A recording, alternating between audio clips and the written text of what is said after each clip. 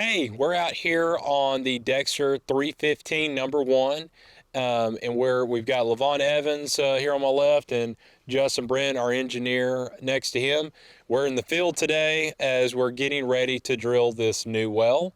So Justin, I'll kind of have you walk through, why we have mats here, what the conductor casing is, what preparation that it took to get us to this point, because everybody thinks it's easy to, just have a rig show up and voila, you just put a hole in the ground. So I'll have Justin explain a little bit of the process that has occurred so far and what our next couple steps are.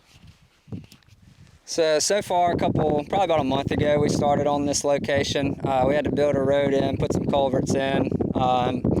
We cut into this hill you can see behind us to give us a level surface. We have a pit on the other side of the camera here, which is where our drilling fluids will go.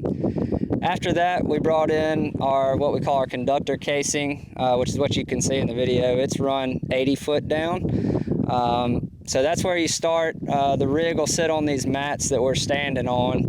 And once the rig gets here, we'll start drilling and we'll run our surface casing and then followed by our production casing.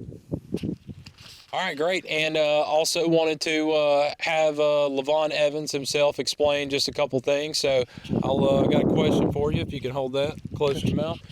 So you'll actually be here majority of the time that we're drilling the well, correct? I plan to be, that's correct. So you'll have your own drilling trailer where you'll be posted up on a day-to-day basis watching the live feed as we're drilling foot by foot, right? That's correct. We want to see all the multiple layers of sandstone that's in this area and see what each particular one looks like, what it drills like.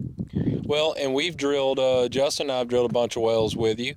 So one of the things that I think we utilize that not a lot of people do are mud loggers. So can you explain what a mud logger is and why it's so important to be on location while you're drilling the well?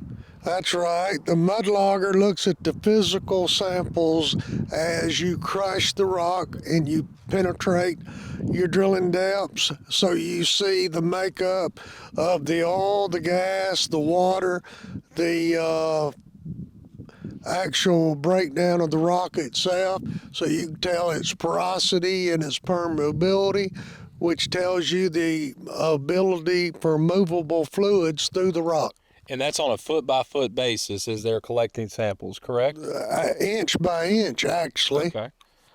In addition to that, the reason why that's so important, in addition to how we're going to drill the well, we'll have the rig on day rate, not turnkey from a drilling company, correct? That is correct. And why would somebody choose to pay the additional expenditures for a day rate versus turnkey surface to total depth?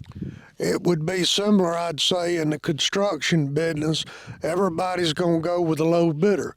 But if you notice, the government builds major airports, major army bases on a cost-plus basis because they want quality. If you want quality, you sit here and take the rig and you do it, like I said, foot by foot, as you're saying, inch by inch. You look, because when your electric logs cycle, back when these wells were drilled in the 50s, it took a 10 to 20 foot section of the electrical cycle to show a foot of sand on your electric logs. Now, with the modern technology, you can literally see there are seams of sand that are inches, and literally 2 or 3 good inches of sand that covers the entire unit boundaries could be a lot of movable oil and gas. Yeah. Well, let me see the microphone. All right. One other thing that I want to talk about is, again, that quality over quantity. You could definitely put a hole in the ground faster and at a lower cost basis than we do, but where you really see the difference is not today or tomorrow or when we have initial production. When you're going to see the biggest difference is after the wells have produced for years, you get into the mechanical aspect. So Justin, I'm going to hand the microphone back to you.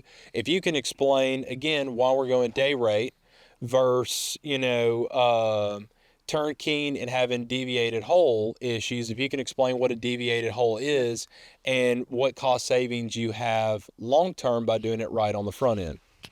So a lot of times when you do a turnkey job, like Nash was saying, the rig company is just trying to blow the hole down as fast as they can, which is better for them, better for the rig company, less days on the job, but much worse for us. When they're trying to blow the hole down like that, a lot of the times you don't drill a straight hole, which can cause you problems later down the road.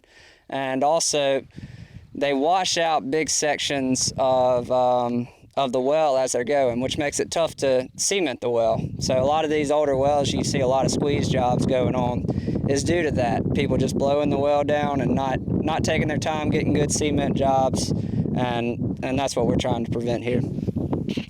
And we're looking, the drilling rig's finishing up a hole. We anticipate it really any day. The month of December.